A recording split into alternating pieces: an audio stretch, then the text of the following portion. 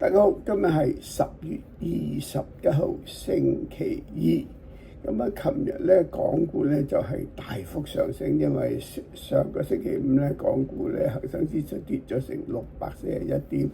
咁就呢個到 weekend 咧就嗰個特朗普咧口氣就緩和咗，咁啊中美貿易緊張氣氛緩和，咁啊期指咧就係大升600幾點嘅，咁啊今禮拜日咧開始恒生指數一開始就升637點噶啦，國企指數升253點，科技指數升224點，權重股急升，阿里巴巴升5%，騰訊升2.6%，網易升6.4%，AIA 友邦升2.68%，小米升2.2%，建設銀行升2.1%，美團升3.2%啊。咁開市之後咧，就升幅一度收窄到成500幾點，咁就都係呢個獲利回吐關係。咁啊，金礦股就回跌翻少少，因為金價回跌，紫金黃金跌3.7%，招金跌1.9%，山東黃金跌3.2%，老普黃金跌6.1%。咁啊，國家統計局咧就公布咗第三季經濟增長係4.8%，比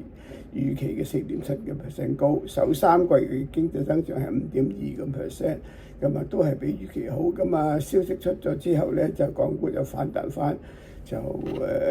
升翻就呢個600幾點啊，咁就周大福跌2.1%。中國電信跌1.2%，跌幅最大嘅藍籌啊！上週收市恒生指數咧就升608點，國企指數升221點，科技指數升185點，成交1454億元。下週就港股變化不大，都係維持升600幾點。咁啊，國家就宣布免去世貿組織常務代表李成鋼嘅職位，因為咧就美國財長貝森特咧投訴佢嗰個行為咧就似戰狼同埋黐咗線。咁啊，科技股領升啦，就係阿里巴巴升5%，騰訊升3.5%，AIA 升4.56%，小米升2.56%，網易升5.4%。咁啊，仲有中石油升4.9%。咁啊，收市恒生指數係升612點，國企指數升221點，科技指數升173點，成交2391億元。咁啊，琴晚咧美股就急升，咁啊最主要咧就係蘋果個 iPhone 咧喺美國同埋中國嘅銷售都好，所以咧蘋果創咗新高，帶動美股上升。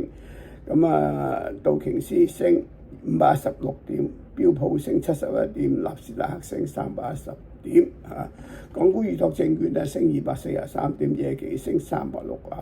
點。咁啊，特朗普就講明就話佢中國邀請咗佢明年年初訪華，咁又即係再度舒緩咗呢個中美緊張嘅關係。咁所以預計咧今日港股會上升嘅。